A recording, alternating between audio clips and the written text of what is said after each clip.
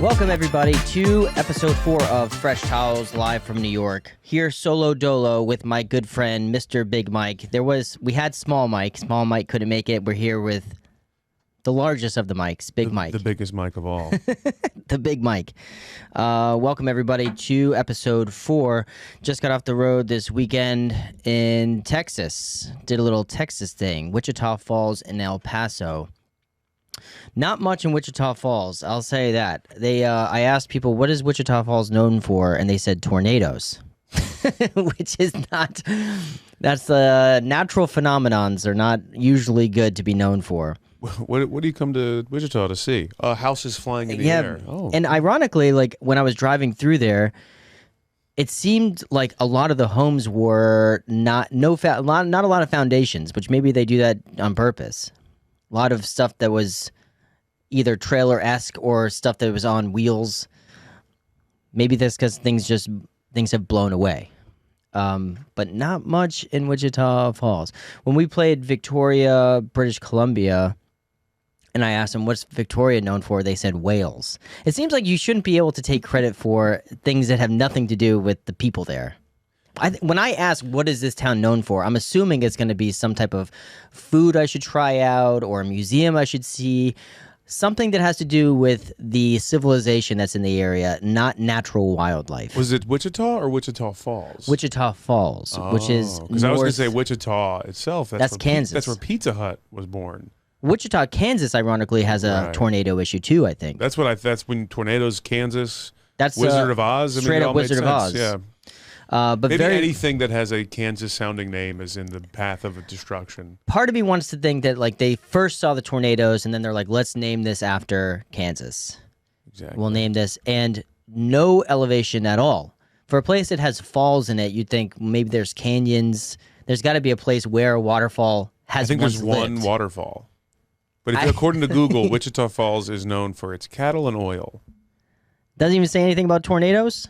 Doesn't say. And then also, apparently there's a lot of live theater troupes. Backdoor Theater and the Wichita Theater Performing Arts Center. Is that where you guys were? No, I don't think so. I don't think that's where we were. The two places known for theater, and you went somewhere else. Yeah, I think we were playing at their city hall. I think that's what it was called. It was a conference room? No, it looked like a theater, but they were like, yeah, this doubles as city hall too. Hilarious. Which I've never heard of that. Great people though, super friendly people, and lots of thrift stores in town. It was a fun show. It was one of those shows. Some of these theaters have orchestra pits, and then most of the time they're seated, and it makes so you don't have a disconnect from the stage to the audience. Like when those orchestra pits are seated, it's pretty seamless as a performer and makes it so you don't have that big gap. At this show in Wichita Falls, the orchestra pit was just empty. So it went stage, massive orchestra pit that was just empty, then seats. So, you're 15, 20 feet away from the first person who potentially could hear you, which is a little bit strange as a performer. So we took a table, like a little circle table, and we put it in the center of the orchestra pit, and then we took 2 single people from the crowd and sat them at the table. Hilarious. And we brought in a violinist from the orchestra there, and they played violin for them. It was like How long did it take you to put that together? The theater put it together. They had like... So you knew in advance. Like it wasn't like you showed up and you're like, oh shit, let's get something going. No. I did sound check, and I'm like, this is like... Too weird. It's too weird. Having that big gap is hard, so... Usually you just have to deal with it. So you called in a violinist? We called in a violinist. Did you have to go through the union, or was it just a phone call? No, they had just had the orchestra there. Oh, so somebody was still in the building. So, not that day, but they were around. So it was top of mind, so we had a contact. So a violinist came in. We got tablecloth, linens. We put a full dining set out there, napkins, the whole deal. Great. It looked like a luxury. And then as a part of the bit.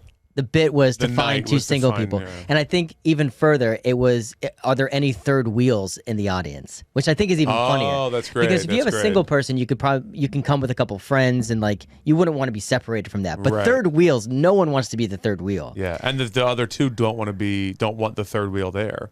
Yeah. They're there because they're both uncomfortable. It could be a dropout on the third wheels part. Like maybe they had 4 seats and one dropped. That's true. Or But that person dropped, and guess what? Your significant other went to the show and is going to get fingered in the front row of a In the Joe Gatto orchestra Jiggy pit. show. Yeah. it was really funny. So we got 2 people to sit down there. We made a thing of it, and we put a lighting special on the table. So when they came down, we snapped on a light that just illuminated the table. That's great. The violinist came out, and then we had our production coordinator. He went out and got a tuxedo from one of these thrift stores Yeah. and rented a tuxedo. And he came out and poured wine. We got like twist off wine, poured That's them wine. great.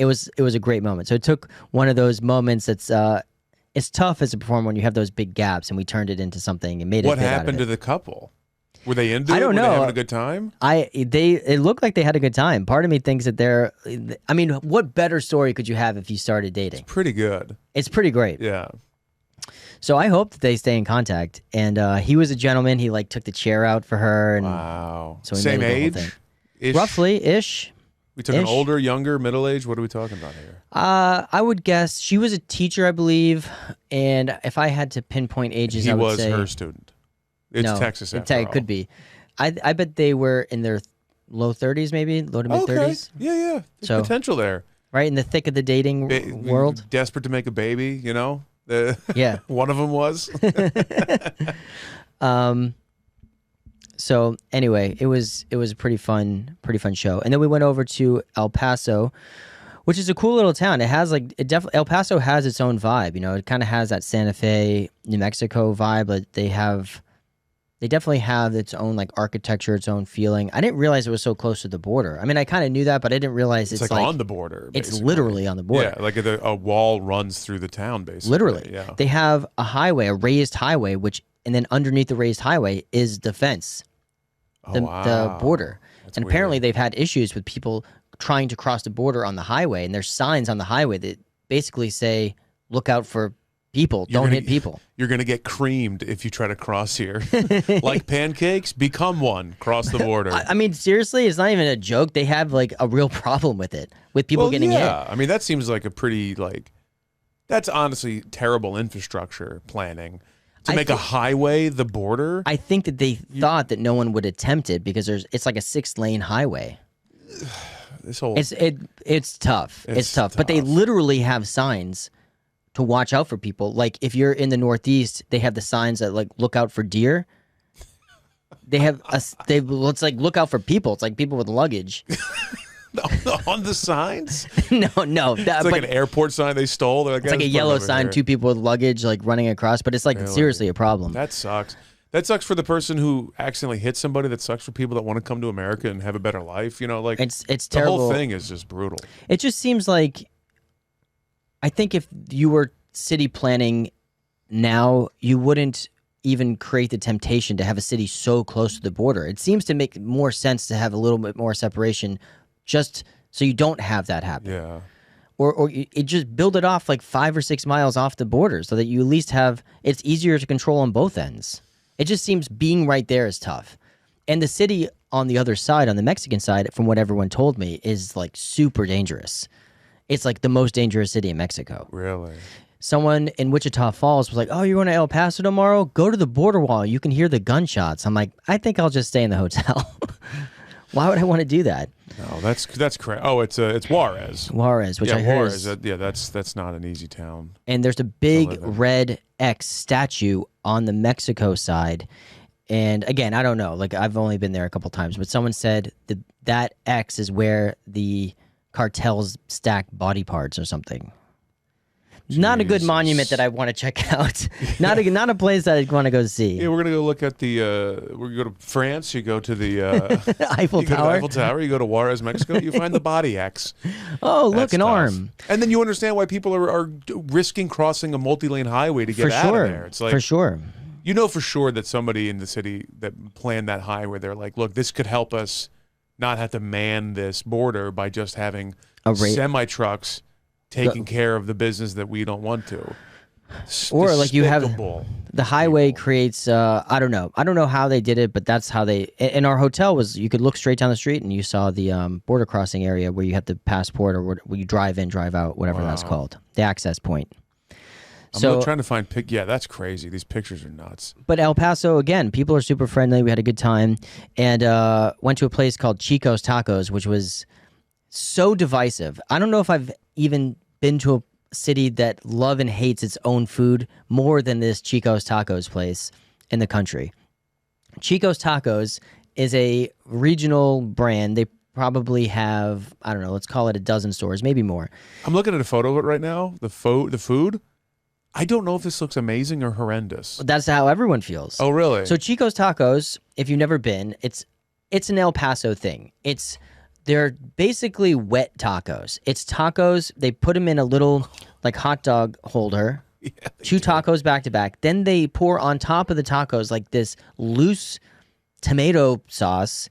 Then they put shaved cheddar cheese on top, cold, not melted, and that's how you get it. And you kind of eat this wet. It's almost like if you dropped a taco in a puddle. You know when you drain a can of tomatoes? Yes. That's what it looks like. It's tomato sauce water, sort of. Yeah, it's tomato water. It's not like a sauce. There's no flavor to it? No, not really. Like if you throw some hot sauce on it, I liked it. I like Chico's. Apparently Gabriel Iglesias has a whole routine about it. About Chico's tacos? About Chico's tacos in the wet puddle, apparently. Really? It cut like I Google El Paso Chico's Tacos, and the third thing that comes up is Gabriel Iglesias. Maybe we could be number 4 after this show. Yeah, really. I like it. I thought the taste, you have to look past the look of it because it doesn't look appetizing for sure. It's wet food, which you're only used to in a soup. Wet food. It was. It would look like an accident had happened. It does. It looks like they were like, shit, we ran out of stuff. Let's just scoop up it looks like the drain. Like they emptied out the water drain, and they were like, all right, we'll put some cheese on this drain water. This, and then French fries. French fries, they do the same thing too. But it's just like wet tacos and fries. Yeah. It's got an identity crisis. People love it, though. I will say that people in El Paso have a love-hate relationship with Chico's Tacos. You're either on Team Chico's or you think it's an abomination towards Mexican food. And I heard both things. People, when I came into town, were like, you got to go to Chico's. And then I remember someone at the meet and greet was like disturbed that I chose Chico's as one of my meals in El Paso. They're like, why would you do that? We have such amazing Mexican food. Like almost mad at me. Yeah. I mean, go get one bite, you know? And it was, so here's a good reason to not necessarily like if the Mexican food versus not Mexican food. It's owned by a guy named Joe Mora. He was a boxing promoter.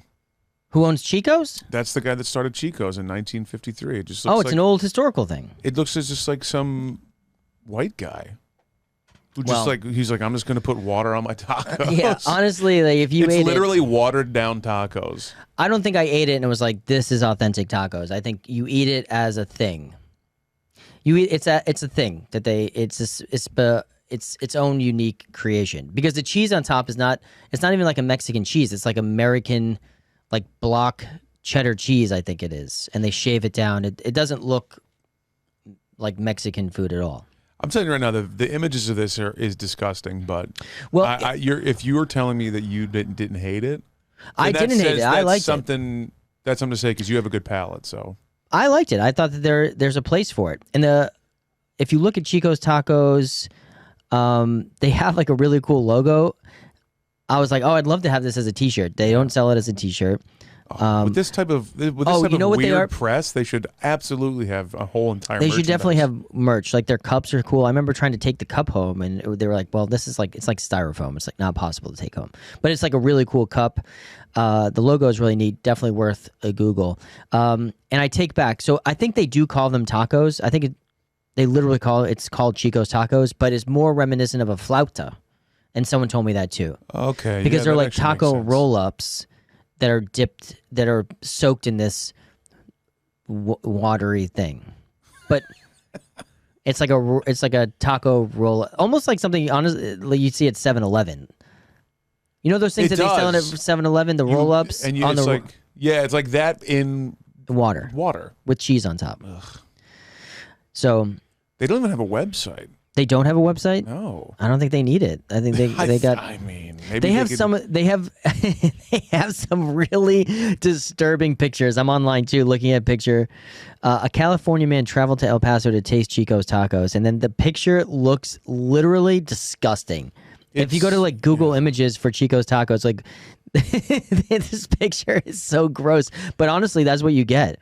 If you're watching this on like YouTube, half melted. There'll be a photo next. You to gotta throw a picture up. I'm gonna throw a picture up as we're talking about this, just so you can see what the madness. Well, don't put one of the Chico's tacos pictures. You got to put the real deal. Oh, I'm putting the Yelp review homemade pictures. picture. Yeah, That's what you need. The review photo, not the house photo. I had someone. I made a mistake on tour this weekend too of not putting up the "Do Not Disturb" sign in my hotel room. Have you ever get walked in on hotel stuff? Very rarely. I walked in on somebody because they gave me the wrong key. They just gave me somebody else's room key. I walked in on people that were just like hanging out. And I was like, hello? My bad. I was like, hola, ¿cómo está bien? Housekeeping? It happens more often than you think. People getting the wrong keys to rooms. That just seems can like happen. it shouldn't be possible.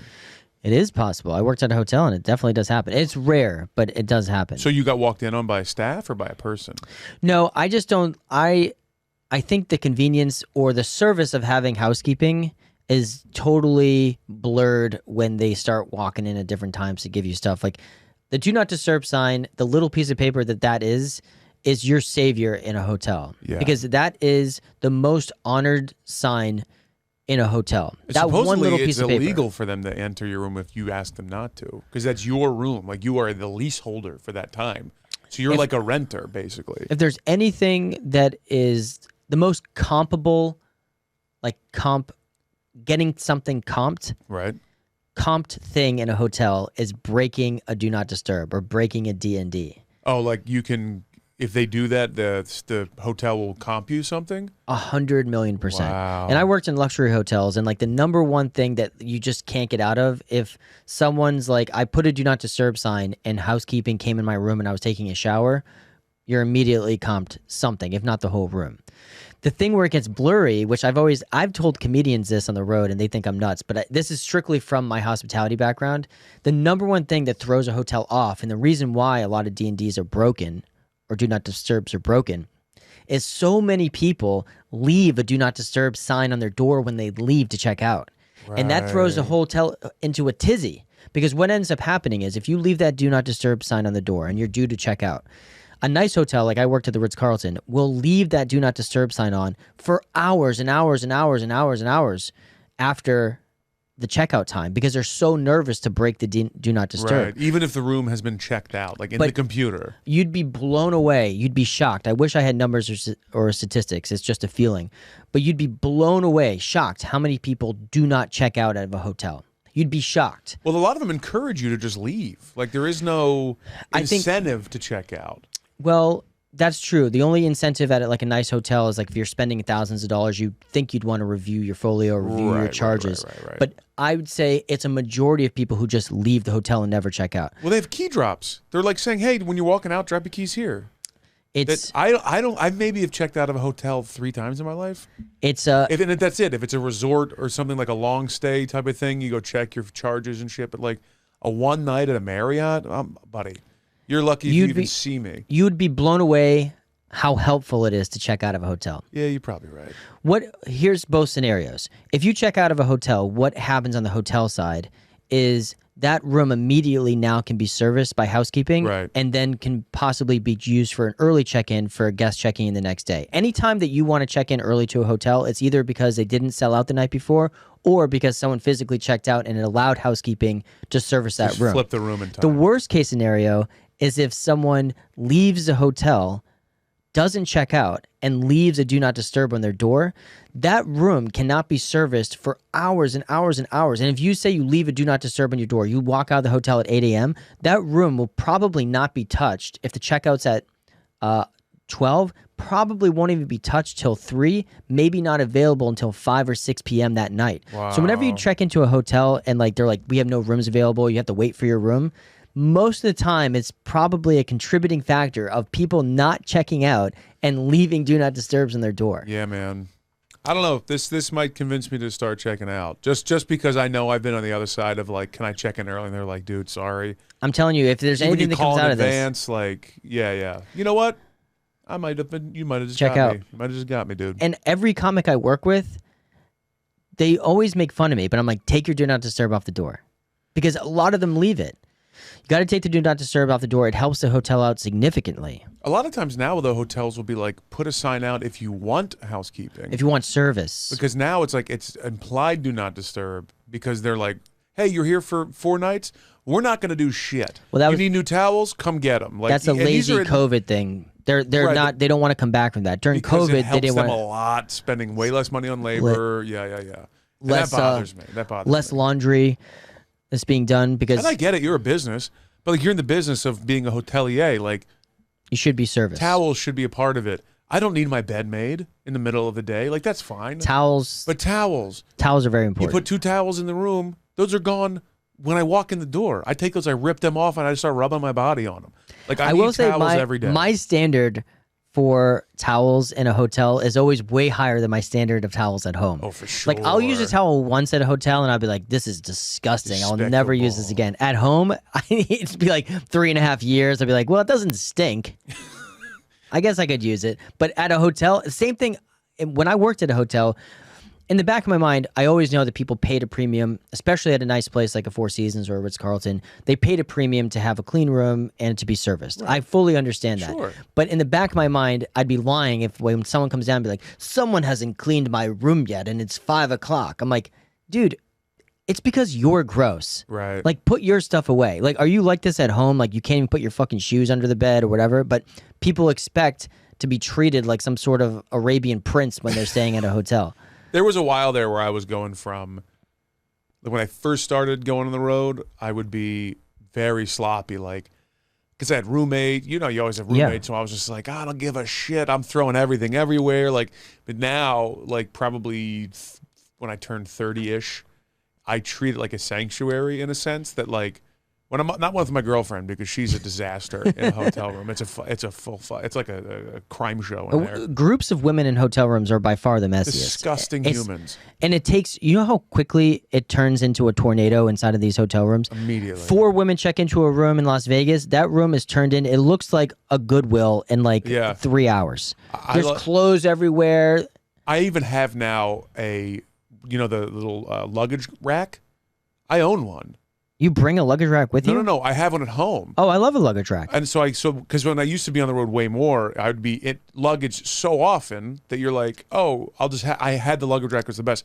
But now I use the drawers. I tuck my shoes. I have a routine. I have wipies that I bring. You wipe stuff down in the hotel? Handles and shit. And like I always use the little bag, the bag for the ice bucket, put it around my remote control because I don't fucking trust anybody.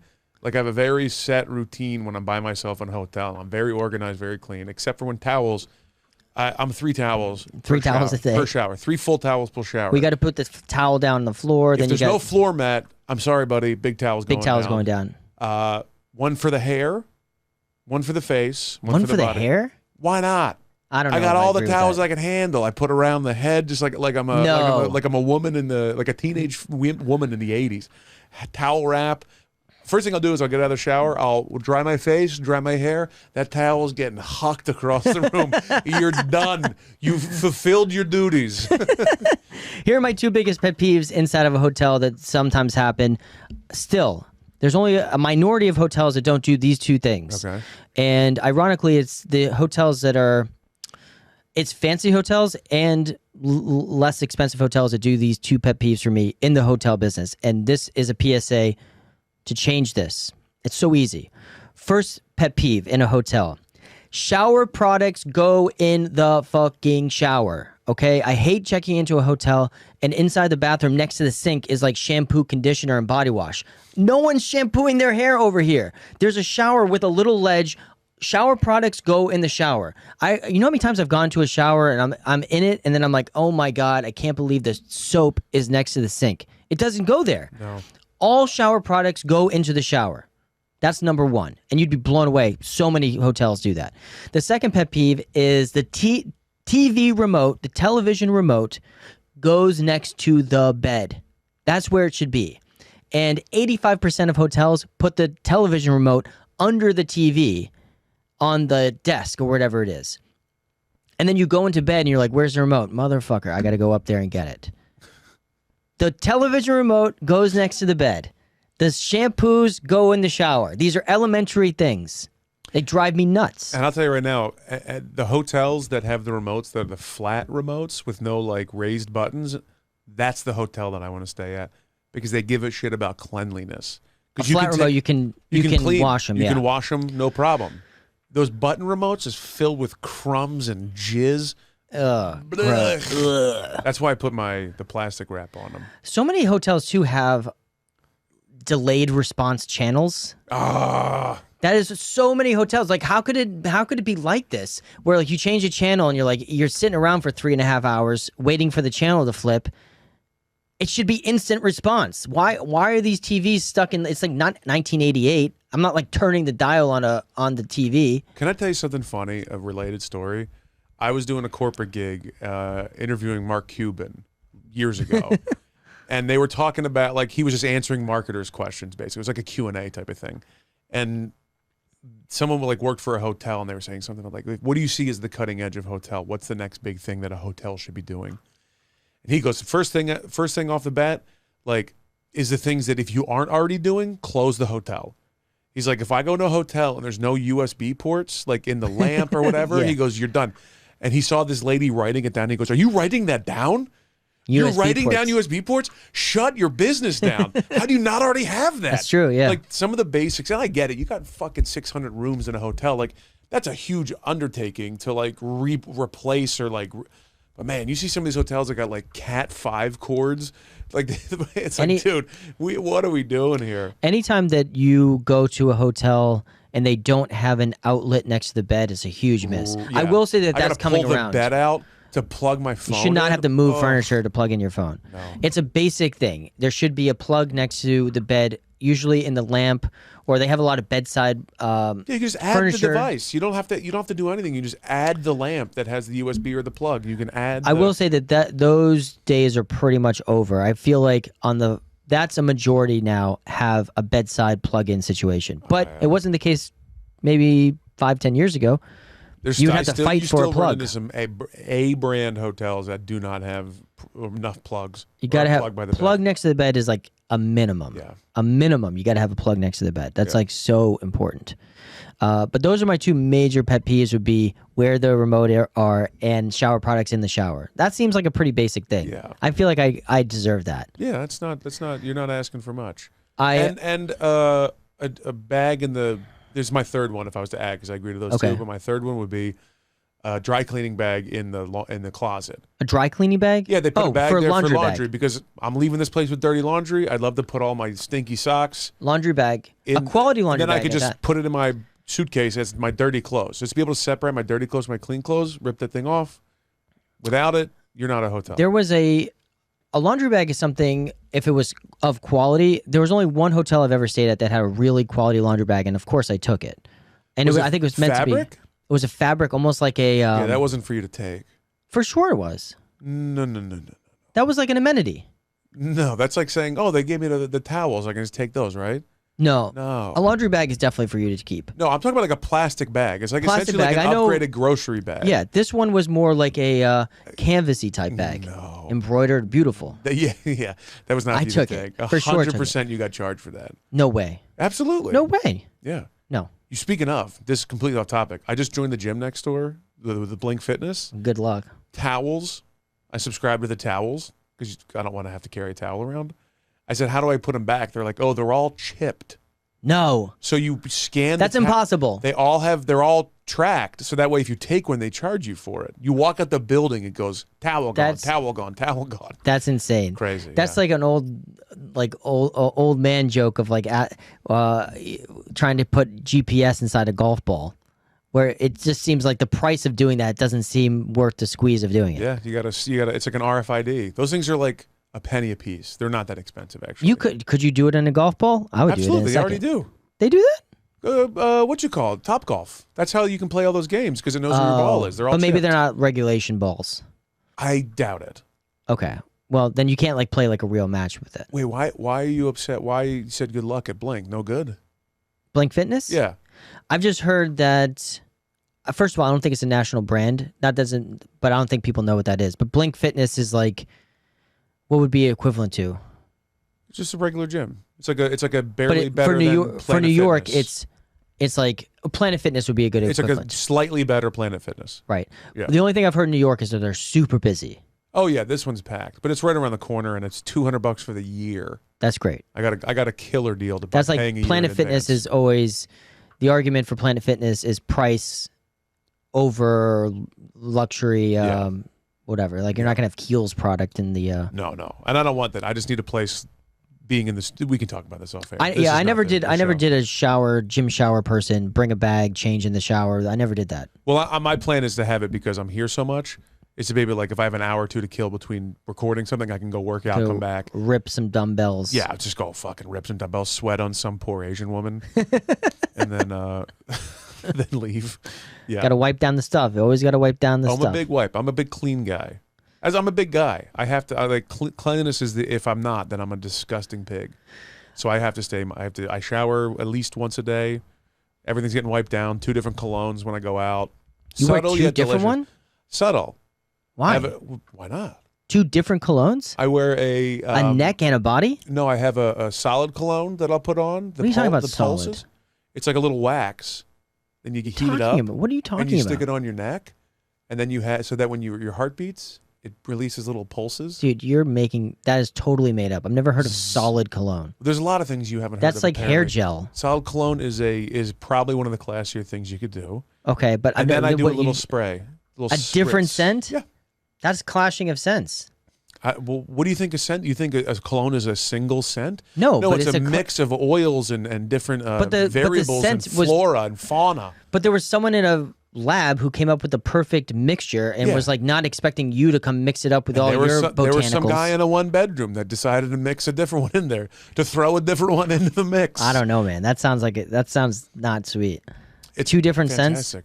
But yeah, I even do every the time I same- walk on the street, just getting my dick blown constantly. They're like, this No. guy smells great. No. Let me stick this guy's wiener in my mouth. I do the complete opposite. I do the same fragrance, deodorant, and cologne.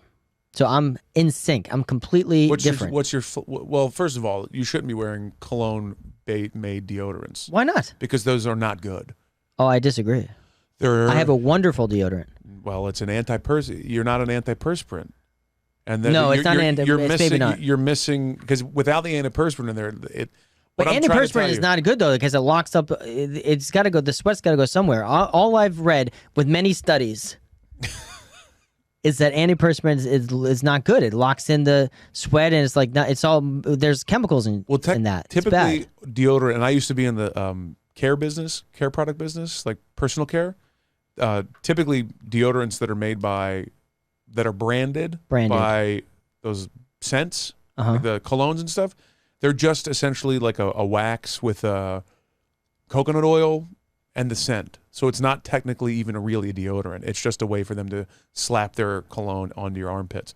So I would consider looking at like a Dove or something with a nice scent. Dove. I love women's deodorant. Women's deodorant's way better than men's deodorant. I think women's deodorant does a better job. Way better job, yeah. Yeah, but I match my scent deodorant to. What are we talking about? Tommy? No. Polo Sport? No. Liz Claiborne? No. Liz Claiborne? What are you talking about? I used to love Claiborne Sport back in high school. Liz I would Claiborne? bathe in that shit. I feel like that's like what my grandmother would use. That's a Mimi brand. 15 pumps. Oh, it was brutal. But I was also covering up the scent of puberty cheese that was coming out of you. That's disgusting. Of course it was disgusting. You're 14, 15-year-olds. You weigh 250 pounds. I think it's nice You're to have your despicable. signature scent. Yeah. So- Acqua di Gio is my signature scent. Yeah. With a little bit of... That's a solid one you with do? a little... No, that's my spray. And then with a little bit of like cedar oak solid cologne. So you looks like you just came from chopping wood. It smells like I just. You're like it's like you're Italian under the neck, and then you're just like it's like musk. Canadian It's a up top. little musk with a little like clean floral. It's fantastic. Very Canadian. Sure, if that's what you want to. First of all, when we played Canada, everyone wore plaid, and they smelled like wood. You guys are wearing flannel jerseys in the summer. Dude, we did a show in Saskatoon. I looked down to the crowd. I'm like, these motherfuckers are all in plaid. I couldn't believe it. It looked like a tablecloth out there. Dude, it was insane. Am I doing a show to an empty Italian restaurant? Yeah, it was. Dude, I've never seen anything like it. 85% of the crowd was in plaid, and they all smelled like wood chips. They also they were just landscaping their yards. They just mulched. Like very nice folks, smelled like 2x4s. Everyone seemed like they were in the wood business and ate elk. That's so funny. But yeah, I think having a signature scent is a good thing, like that you become associated with. I've been trying to build my signature scent up in the last couple of years. So that's why I went. I do the same deodorant to cologne, and I have travel versions of the cologne, so I never can be without it. Purchased or you created your own? Oh, purchased. Yeah, purchased. You know, if you go to Saks Fifth Avenue, any scent they got, they'll give you a couple free stamps. Really? Oh, I love a free sample. There's a cologne there that I really want, but it's $500 for this bottle. It's like this crazy. What's the brand? Who fucking knows? I couldn't even tell you right now. If I was looking at it, I wouldn't know. But I go every like month or so because I like to change up the scent a little bit here and there. I don't know if I do that. And then I'll do that for like a week or however long it takes, and it's a good smell. They could really jack up the prices on they pay pennies for that. Cologne is like one of the highest margin products out there. Yeah, I've read that. Yeah, and they're all made by the same fucking company. It's like glasses. They're like Ray-Bans. They're all made by the same manufacturer. One factory. They own all the brands, and they're just jacking you up for the same exact glasses with a different logo on it. That's the same thing with colognes. Yeah, I mean, I do see the value in having like a good cologne. The only thing that I've hoarded a free sample, which is so embarrassing, but this was 5 years ago, maybe even longer. 2017, I did a show in London, and the hotel had their lotions and shampoo was Le Labo, and it was like, and the Le Labo. I'm not a lotion guy. I don't really do lotion. Yeah. Like my wife, she lotions 15,000 times a day. She has a different. You talk about different scents. She has 90 different scents that she puts on. She has one that's called. She has one that she puts on her hands at night that's called like France at night or something. It smells like baguettes. It smells like she was rolling buttery dough. Yeah, like what is this? It smells like French onion soup. She has like 90 I think different in France scents. it is called onion soup. Onion soup, yeah, because you're there.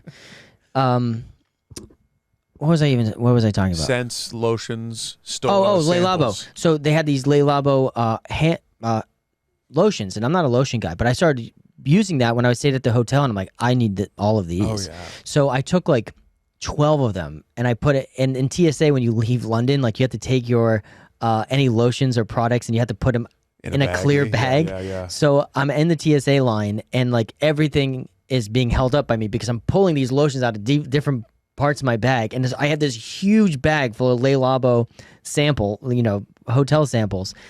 Literally, to this day, inside of my toiletry bag is still a Le Labo sample from that time. I'm still going through it. I'm still going through it. Anytime they give you a luxury personal size at a hotel, they're gone. I'm taking every one of them. The one thing at a hotel that I don't like that they've been doing lately, and it's definitely more efficient, definitely more cost effective, but the suspension of disbelief. There is a suspension of disbelief that I think needs to happen at a nice hotel, especially that when you check into a hotel room, you are the first person to stay in that hotel room. If a luxury hotel does their job, it should feel like you are the first person to ever stay in that room. Yeah, that's it's a brand new room. Yeah, it's a brand new room, and subconsciously, it's not something that people think about, but I think subconsciously you do. You want to feel like you're the first person to ever stay there. That's what Marriott does a good job of, even just having a scent. Every Marriott you go in smells exactly the same. And the rooms smell the same, the lobby, they all smell identical, which is like... I think it's a cleanliness issue. Top line is definitely... You shouldn't have to think about it. You should think that you're the first person in the room. And the one thing that hotels are doing now, which takes me out of that suspension of disbelief, is in the shower. They have the pumps now. A lot of the hotels are doing pumps. Like it would be like a 12-ounce thing of body wash or whatever. And if it's... and it's not always filled up, and then I'm just picturing fucking you in there taking a shower with all your towels around your head and it's like 24 hours ago pumping away. It takes me out of the suspension of disbelief, but way more efficient. I respect it and disrespect it equally. Because I don't know, because if there's no lock on the thing, it just pops open. Like, well, maybe somebody pissed in there. You never know what Maybe they some did. maniac was in here before.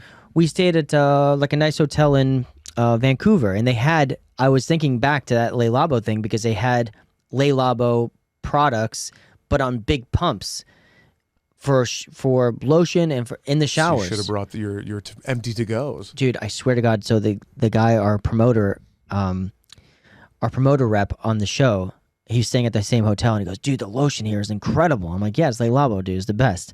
He goes out to CVS or whatever their equivalent is in Canada, and he gets these empty 3-ounce containers. Travel containers. He's pumping everything in there. And I was joking because I was telling him about these, that I took the products before. And so he goes out and he gets me one. So the 3-ounce container that he got was like this. It has a plastic cap, and then it was red and loose rubber on the other side. I don't know if you can visualize that. It looked like a dildo. It looked like a small vibrating sex toy. Filled with a white cream. So he comes to the show. We're sound checking. I'm on stage sound checking. The promoter rep comes out and he goes, dude, I made this for you. And I'm like, I can't take this home with me. I can't do it. It was literally like this little sex toy that filled with Le Labo lotion. I'd take it with me. What are they going to do? Say, what is this, a dildo? What do you care what it is? I'm just picturing my wife being like, what is this? I didn't take it back. But I also have all these Le Labos I have to work through. It's tough to have, especially with the comedy mentality, the comics mentality of like trying to get everything you can because you're always getting you're getting screwed every corner. You give us a little bit of something for free, we're taking all of it. When there was a year I dated a manager of Equinox, so I had a membership for a year. Keels, baby. I would go into the steam room after my workout with a handful is a far understatement. I would put a mountain of Kiehl's lotion in my hand, and then I would take it into the steam room, and I would cover my entire body in Kiehl's and just sit there and steam until I couldn't breathe anymore. Because in my mind, I'm like, well, this luxury You're milking the value, baby. This luxury lotion, it's seeping in, and now I'm becoming luxury. I just had such an insane thing, but I was like, it's out here for me to pump, baby. I'm pumping. Yeah. I've got 55-gallon drums of their shit somewhere where they're refilling. I'm taking mine. I did Equinox for the first year when I moved to New York, 2013. I moved here, and I got an Equinox membership. It was like the one thing I was like, I'll splurge on this. To this day, the most difficult contract I've ever had to get out of was getting out of that Equinox deal. Really? When I was at the renewal year, whenever I was there for a year, I barely used it. I was like, yeah, I'm good. I don't think I want to do this again. And they're like, oh, we're going to need something in writing. I literally had to pretend I was moving because they just wouldn't allow me to get out of the deal. For renewal or for within the contract? No, for renewal. I was like, I don't want to do this anymore. And they're like, oh, well, we need something in writing. I'm like, what? It basically came down to it was so much more convenient to tell them that I was moving out of New York than it was to write up. I had to write an essay. I felt like I was in the 6th grade. Of you like, send why I a don't want to photocopy of your new driver's license? I swear to God, I had to get a letter that I was moving out. I had to sign all these documents. I had to get copies. They make it so difficult to get out of that deal that I think they just think that people have money and they're like, whatever, I'll just let it ride. Yeah. Because I swear to you, it's the most difficult thing I've ever had to try to get out of. Here's what you should do next time. Just break up with the GM. Well, yeah, I wish that probably would have made my life a hell of a lot easier. Yeah. I stayed in that, and she was a very sweet girl, but we obviously weren't right for each other. But I was probably 2 months more than that relationship deserved because I was like, I'm really liking these steams. The steams are nice. Can't get rid I of just that watched the steam Seinfeld yet. episode when George breaks up with the girl and real, she won't let them. And they're spectacular. That one, No. where Elaine was in the steam room and grabbed Terry Hatcher's Hooters. Oh God, Terry Hatcher was a babe. Is She still is, but she was a babe back then. But there was a Seinfeld episode when George is like, yeah, I think we should. I want to break up with you, and the girl's like, no, we're good. And the whole episode, he goes through all the different reasons, and he basically tries to have an affair with another girl, but then they just decide together that they're both gonna stay with him. Yeah. Anyway, I was gonna tell you the story that when it came to the do not disturb thing, which was pretty funny, and this was true. So like my favorite do not disturb sign story was I was doing a cruise. It was a 4-night cruise. It was a comedy cruise. And the last night of the cruise, I forgot to put a do not disturb sign on the door.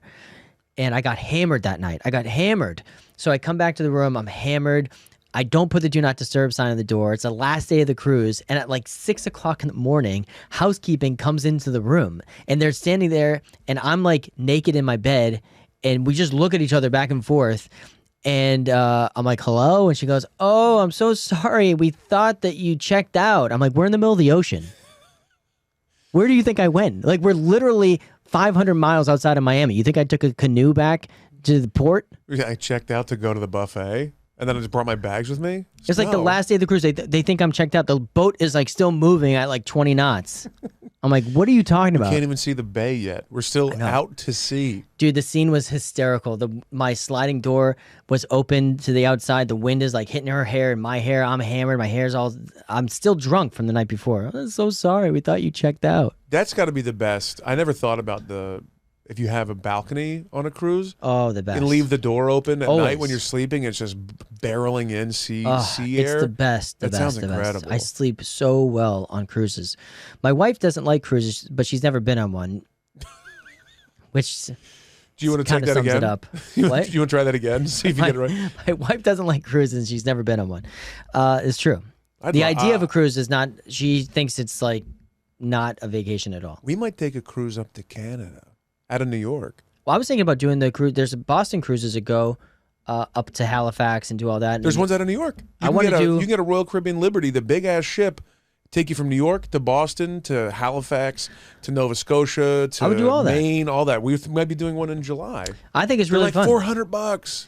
And all you could drink. The cruise I really want to do is New York or Boston to Bermuda. And that's a cruise that really financially makes sense. If you fly to Bermuda, it's not that expensive, but the hotels there are like incredibly expensive. Yeah. So when you take these Bermuda cruises, it takes you a day or whatever, 2 days to get there. Then you spend 3 days on the boat as your hotel. All your food's taken care of. Yeah. Your room and board. It's like room and board hotel in Bermuda. I've been trying to convince my girl to do a New York to the Caribbean area. That's a long boat. But I know, but she's like, well, we're just on the boat. What are we going to do? I go, you're on a cruise ship. I go, where are you going? Where you gotta be? You want to go? You want to go to Nassau, Bahamas? No, you want to stay on the boat. The boat is the vacation. At sea days, I think are the most fun. That's what I'm saying. I love the at sea days. They do the shows. They have you get to belly flop contest. I love it all. Yeah, I love the days at sea and the cruises I've done outside of comedy cruises, which would be like technically work.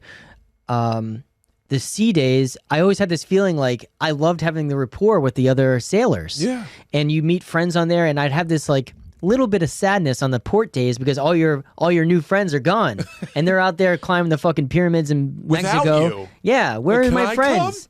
I met you guys earlier. Remember at the belly flop? It's so funny. But the days when everyone's there, you have like this strange rapport that gets built over a week. Yeah. And I love it. I think it's really cool. I got to get her on a cruise because I think that once she's there, she'll like it. You know what? Why don't you and I go on a singles cruise? Singles cruise. Without the ladies and be like, yo, you don't want to go on a cruise? You don't want to see. Look at all the fun we're having. I'm going.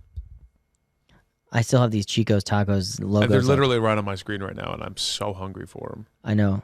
I just can't believe they don't have a T-shirt like this Chico's Tacos with the little sombrero. I mean, how could you not have that as a T-shirt? It's insane. It makes so much sense. The last time I played El Paso, I did a show, like a private show, and the people were great. We had such a great time. The show was great. And so I left, and they gave me a almost like costume size sombrero as my parting gift. It was like a 4 foot. What am I going to do with this? It was like almost 4 foot long goofy sombrero as a joke. Yeah. And they're like, yeah, you got to take a picture when you get back to New York. I'm like, oh my God. So I left and I walked. My hotel was like an airport hotel. So I walked to the hotel with this huge sombrero. People are honking at me. It looks like the sombrero in this Chico's Tacos thing. They're honking at me and I'm like, oh my God, it's so embarrassing. The thing was so big and it wasn't like a fold up sombrero that you get on Amazon. It was like a real authentic sombrero, like firm, like bent, Heavy. meant to be Yeah. like authentic sombrero. So it doesn't fit in anything on the plane. I'm like trying to stuff it in the overhead bin. It's like hitting people on the way down the aisle. You wore it down the jet bridge? I have luggage. At one point, I had to put it on my head to put my luggage up because it was so big. That's so funny. Dude, people were hysterical. Did you get it laughing at here, me. though? I got it here, yeah. And you immediately walked in and your girl's like, get this thing the fuck out of my apartment. No, I kept it. We used it for a couple of like virtual shows. It's so funny, but yeah, I mean, it's still under my bed. Percentage-wise, like 3% of my apartment is filled up with the sombrero still. Yeah, that's crazy. It's so funny. That was the last time I left El Paso. I left with this sombrero, which was so funny. I'll tell you right now, if I came home with a sombrero like that, I'd have to take it to a new apartment because I'd have to find my own place. Yeah. That's crazy. All right. Well, I think that wraps up our episode. Thank you, Big Mike. As always, thank you for listening on YouTube or Spotify. If you aren't subscribed to the YouTube channel, click and subscribe. It helps the channel out quite a bit, and then you'll be alerted of new episodes every week. We'll be back every Tuesday, Wednesday, Monday, Tuesday, Wednesday. I don't know when we're going to have a regular schedule, but each week we'll be back. Sometimes we'll have a guest, sometimes we won't. But we appreciate you listening. Thank you for tuning in to Fresh Towels Episode 4. We'll be back next week. Until next time, mahalo. Deuces.